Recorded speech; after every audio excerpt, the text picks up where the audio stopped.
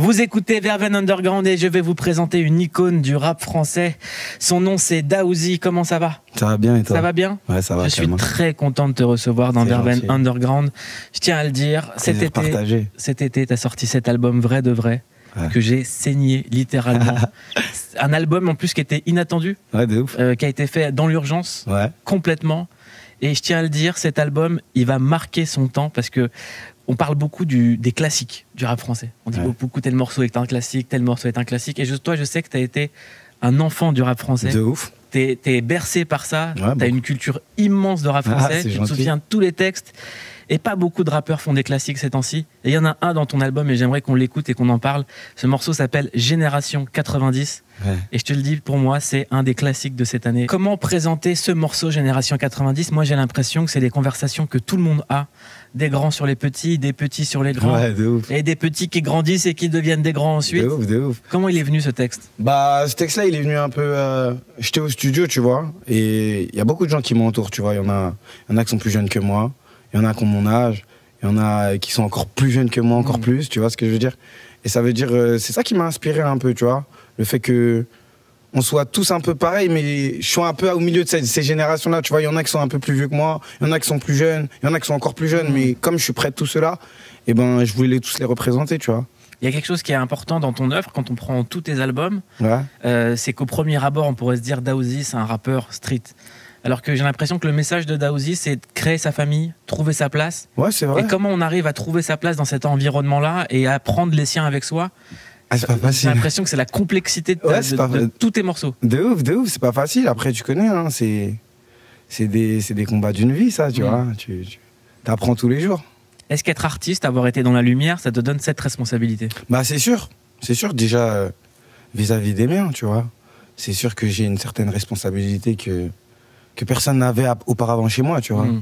Ça veut dire, on la porte sur le dos et puis on avance. C'est quoi la différence entre la famille de cœur et la famille qu'on s'est construite? Ça fait aussi partie de tes thématiques. De ouf. La famille de cœur, c'est ceux qui bougeront jamais. C'est ceux qui sont peut-être... Ils ont rien à voir avec ce que tu fais dans la vie, tu vois. Ils ont rien à voir avec tes choix, mais ils sont toujours là à te conseiller, à essayer de te donner les bonnes directives, tu vois ce que je veux dire? Et puis, la famille que tu te construis, c'est ceux avec qui tu fais tes plans pour l'avenir. Tu vois ce que je veux dire? On a l'impression qu'il y a eu beaucoup d'années à préparer ce plan dans lequel tu es aujourd'hui. Bah ouais. Beaucoup de gens, quand on voit tes interviews où tu es animé, extrêmement excité, moi j'ai l'impression que tu es en train de brancher tout le monde en fait. Qu'est-ce que tu entends par brancher? J'entends par là que tu es quelqu'un d'assez réfléchi, tu es quelqu'un qui converge énormément. Énormément, c'est vrai. Et qui a le monde dans lequel tu es, qui est dans ta musique, et celui dans lequel tu évolues, qui n'est pas du tout le tien. À savoir l'industrie, à savoir. Bah ouais, c'est vrai. C'est vrai, de ouf. Je suis un peu décalé par rapport à ça. Et même quand par rapport à mes interviews, ça se voit que je suis un peu décalé comme mec, tu vois, c'est quoi? J'ai pas trop. Tu vois, c'est quoi? J'essaye d'être assez naturel, tu vois.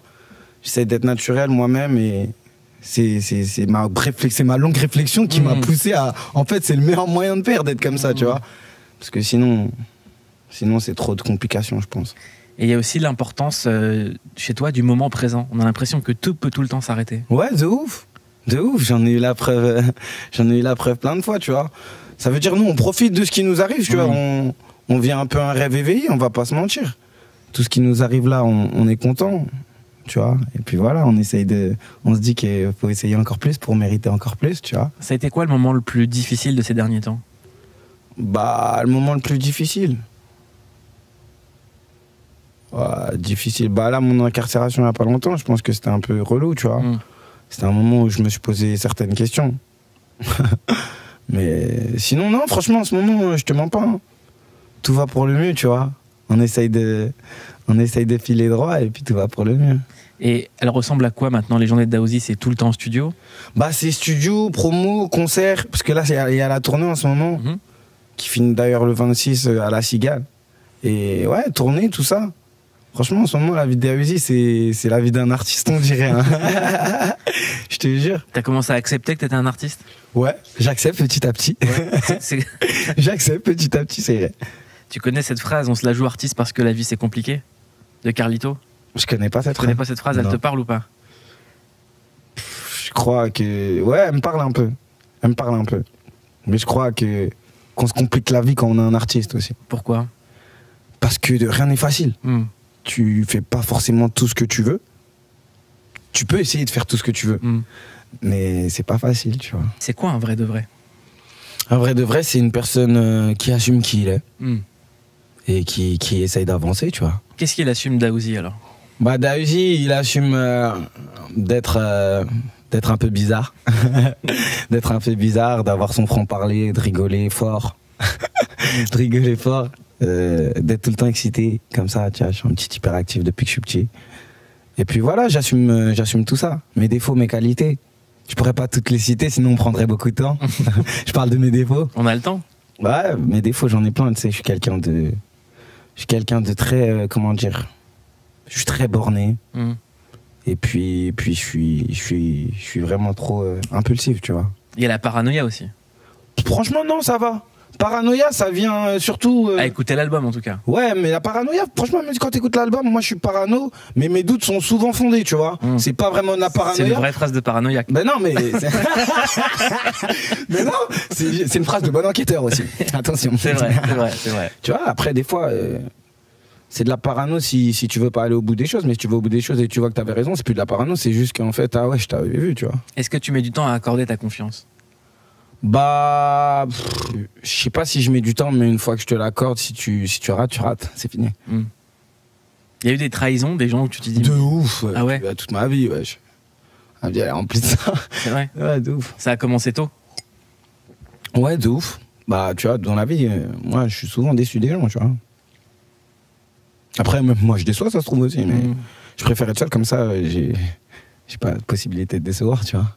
Quand il t'arrive une aventure comme par exemple l'incarcération, est-ce que tu as des nouveaux amis qui ont disparu tout de suite?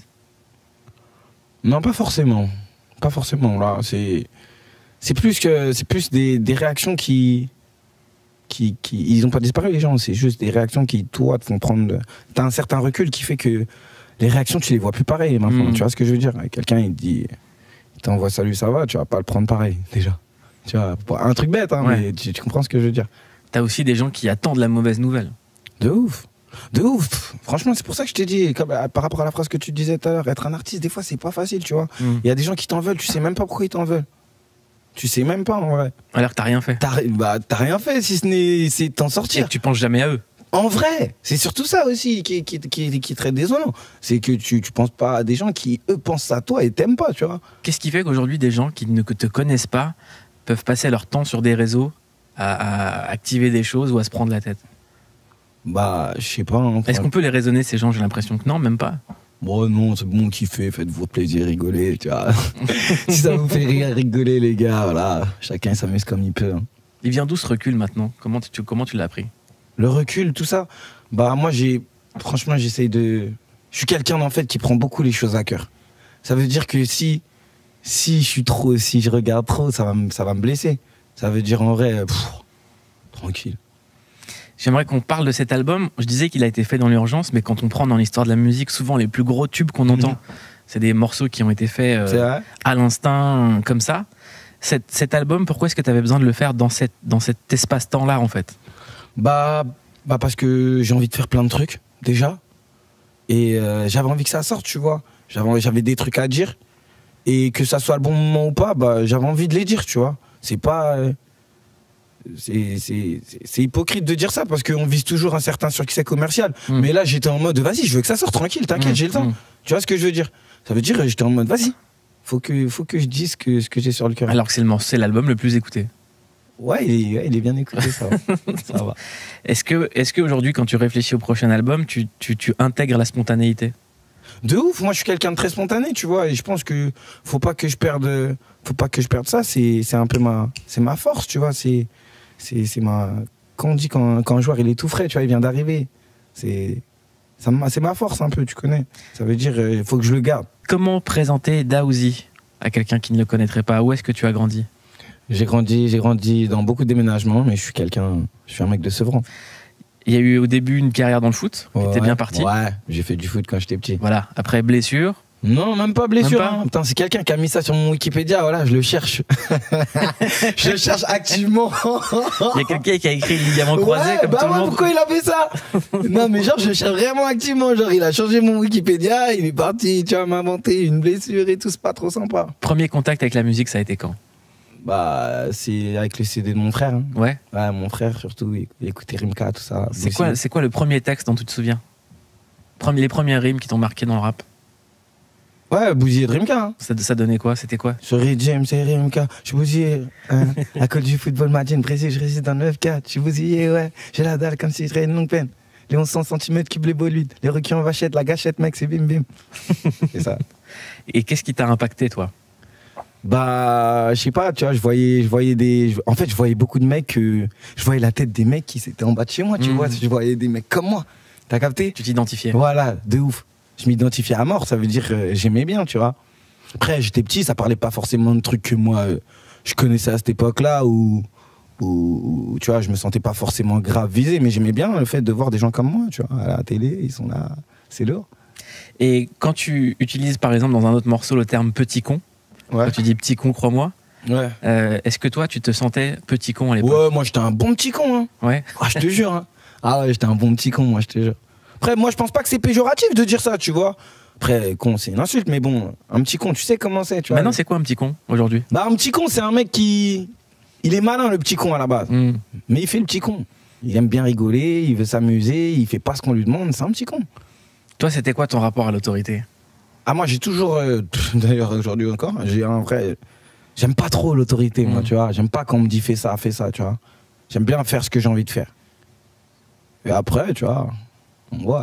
Donc, est-ce qu'être un artiste, ça a été un moyen d'aller chercher sa liberté? Ouais, de ouf. De ouf. De ouf, être un artiste, c'est un putain de moyen d'être libre. Voilà. C'est quoi pour toi la liberté aujourd'hui? Tu la trouves où? Bah, la liberté, moi, je la trouve quand je voyage, quand je suis loin. Voilà, c'est là que je me sens super libre. Je me sens super libre. C'était quoi le dernier voyage? Bah, là, je crois que c'était la Turquie. Non, c'était la Serbie. J'étais en Serbie. Ouais. Vacances? Pendant le boulot. Ah bon? Ouais.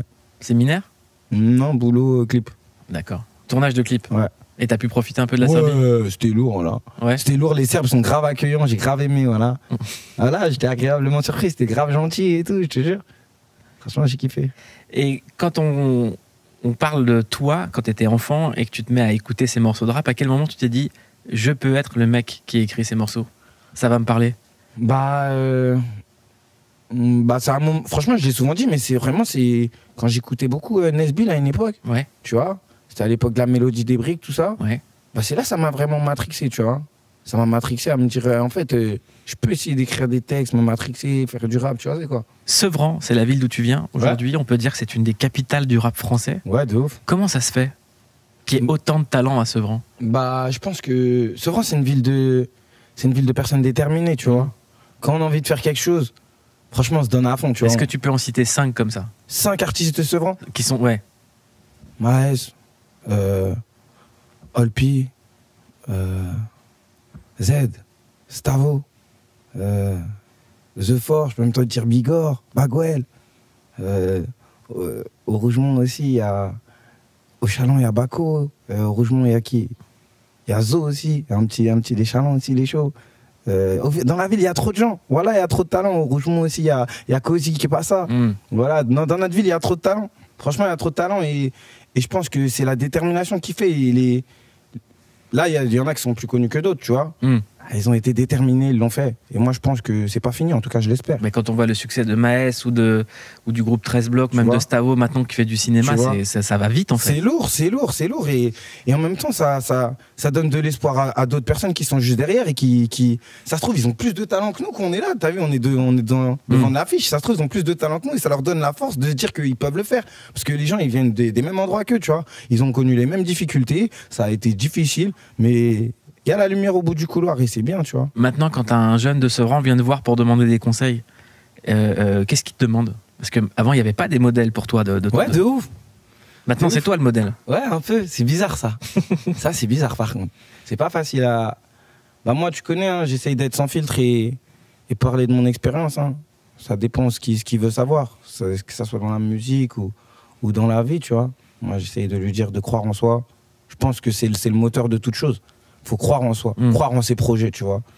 Que ça soit dans le rap ou dans les études ou dans quelque chose d'autre. Je pense qu'il faut croire en ses projets avant toute chose. Et la motivation, elle suit, tu vois. Tout suit après, tu connais. Elle est venue d'où, toi, ta motivation et ta confiance en toi? Moi, j'ai toujours été quelqu'un qui croit beaucoup en... Je crois beaucoup en moi, tu vois. Je tiens ça de ma mère, d'ailleurs. Mais... Je pense que... Je sais pas, hein, ça a toujours été là, je pense. Hein.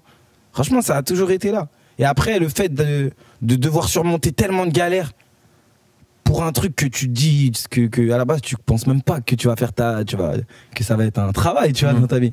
Bah, au final, ça te motive et ça te dit qu'en fait, non, c'est sûr, c'est ça. Est-ce que tu as vu autre chose que de l'amour et de la confiance dans les yeux de ta mère? Bah ouais, j'ai vu autre chose dans ma vie. J'ai vu du doute. Des fois, elle doutait, j'ai vu de la peur. J'ai vu plein de trucs dans les yeux de ma mère. Aujourd'hui, je vois que de la fierté. C'est ce qui compte. Et le pardon? Ouais, ça y est, ils m'ont pardonné depuis. Ouais. J'ai l'impression que toi, tu t'en veux encore plus de leur avoir fait du mal. Ouais, de ouf. De ouf. Plus tu grandis, plus tu te rends compte, tu vois. J'arrive à un âge où j'espère avoir des enfants un jour, tu vois. Et je vois que c'est pas ça que j'aimerais, moi, pour mes enfants. Tu vois, après, ma mère, elle vient du bled. Ça veut dire qu'elle a eu plus de difficultés, t'as capté, il y a plus d'épreuves encore. Nous, on vient d'une autre génération. On est là. Ça veut dire, t'as capté ou pas? J'ai d'autres ambitions. Ça veut dire que quand je transmets ces ambitions et je vois ma mère, je me dis, putain, je fais le con un peu. Tu te rends compte que on peut parler maintenant de vraies chansons françaises, en fait? Ouais, un peu. Avec le rap maintenant, ouais. C'est vrai. C'est vrai. Parce que les gens, ils en parlent seulement quand ils comparent les ventes, en vérité. Ouais, non, mais parce même. Rien que la musique, déjà, c'est beaucoup plus élaboré qu'à l'ancienne, on va pas se mentir. Exactement. On va pas se mentir, moi, j'écoute du rap depuis avant et tout. C'est pas pareil. Et c'est quoi les chansons qui t'ont marqué, toi? Dans ma jeunesse, du rap ou... Tout. Moi, j'aime bien la variété aussi, tu vois. Je suis un mec un peu bizarre, tu vois. J'écoute du Balavoine, je peux t'écouter du Salif, tu vois, c'est quoi? T'es un peu verveine, t'es un peu underground. Voilà. Comme ici. Voilà. Je suis carrément dans le thème. T'es carrément dans le thème. Est-ce que tu peux nous lire le morceau Tous les cris, les SOS de Balavoine? Ouais. Parce que j'ai l'impression que ça sonne bien dans ta voix, en fait. On dirait un texte de Daouzi. Ouais. Est-ce qu'on l'a, le texte? Je m'en rappelle un peu, je te m'étonne pas. C'est vrai? Pas en entier et tout, mais je m'en rappelle bien. On a le texte?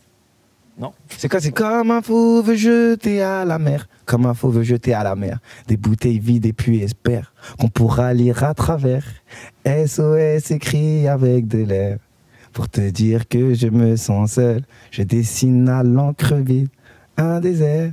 Et je cours, je me raccroche à la vie. Je me saoule avec le bruit des mots qui m'entourent. Comme des lianes nouées de tresses. Sans comprendre la détresse des mots que j'emploie. Est-ce que tu vois le parallèle entre ce texte et Ça tombe bien? Du mec qui est le soir avec sa bouteille de Jack et l'autre qui dit... Ouais, de ouf, ouais, c'est vrai. L'autre qui est au bord de la mer et qui dit... tu vois, c'est quoi? Ah, c'est... Balavoine, c'était un poète de ouf, ouais. J'étais un mec de la cahier. Je te jure, ouais. Moi, franchement, j'aime grave ces textes. Est-ce que toi, t'as l'impression d'écrire de la poésie? Bah, j'ai pas cette prétention, mais en tout cas, j'essaye de bien écrire. Ouais. C'est important. Bah ouais, je pense, hein. Moi, j'aime bien les belles formulations, tu vois. J'aime bien, moi. T'es en compétition avec les autres? Je suis en compétition avec moi-même, déjà. Ouais. Mais est-ce que ça fait partie de toi, la compétition? Ouais. Bah ouais. Je pense qu'il faut, pour surpasser, c'est important. Faut toujours essayer. Après, tu connais, il faut que ça soit ça. Mais je pense qu'il faut toujours essayer d'être en compétition avec soi-même, essayer d'aller toujours plus haut, toujours... Les grands champions, ils ont toujours essayé d'être plus forts que tout le monde, hein. Et ça fait partie du hip-hop. Ça fait partie du truc, voilà, du hip-hop surtout. Faut toujours essayer de être meilleur que l'autre. Ça a commencé avec les Quinry à l'ancienne, c'était dans les clashs et tout, les trucs. Ça veut dire, c'est le jeu. Est-ce que toi, il y a aussi quelque chose qui fait partie de ta musique, c'est la créativité des mélodies. Ouais. Il y a quasiment jamais le même flow. Ouais. À chaque fois. Qu'est-ce que tu poses d'abord? Est-ce que c'est d'abord la mélodie ou le texte? Non, souvent c'est le texte. Souvent c'est le texte que je pose en premier. Et après la mélodie, elle me vient. Hein. Voilà, des fois la mélodie, elle me vient direct. Alors, est-ce qu'on peut parler de Michel Denisot? Je savais que t'allais me dire ça. Je savais que t'allais me dire un truc. Bah ouais, je veux devenir riche comme Michel Denisot. Et oui, je vais acheter un club. Je vais acheter Châteauroux, même moi. Tu vois, non, je rigole, non, c'est vrai. On dédicace Michel Denisot, évidemment. Mais c'est marrant de citer Michel Denisot dans un morceau. Bah ouais, j'ai des rêves. Bah ouais, j'ai des rêves. Évidemment. J'ai pas les mêmes rêves que forcément tout le monde. C'est pour ça que je te dis que je suis bizarre. Et non, mais c'est pas bizarre, c'est pointu. Ouais, c'est élégant. Ouais, c'est élégant. C'est pointu. Plus élégant. Pointu qu'élégant. Pointu, élégant. Si, Daouzi, c'est l'élégance. Merci. Quand tu dis les valeurs avant les fessiers, il y a une certaine élégance. Merci. Ouais, il y a une mentale en fait. Voilà, on essaye. Il faut la garder. Elle vient d'où cette mentalité? Bah, je pense que pour le plus, elle vient de ma mère déjà, parce qu'elle m'a très bien éduqué, je pense. Et puis après, tu connais, on a grandi dans un quartier où tu connais, les grands frères, ils nous apprennent à marcher droit aussi. C'est ce que j'appelle, moi, l'élégance, c'est ma définition. Voilà. C'est souvent, quand on parle des quartiers, on colle pas ce mot de l'élégance. Non, attention. Ça vient des quartiers aussi, ça vient de mon quartier, ça. Voilà. Ça de mes bases, ça vient de mon quartier.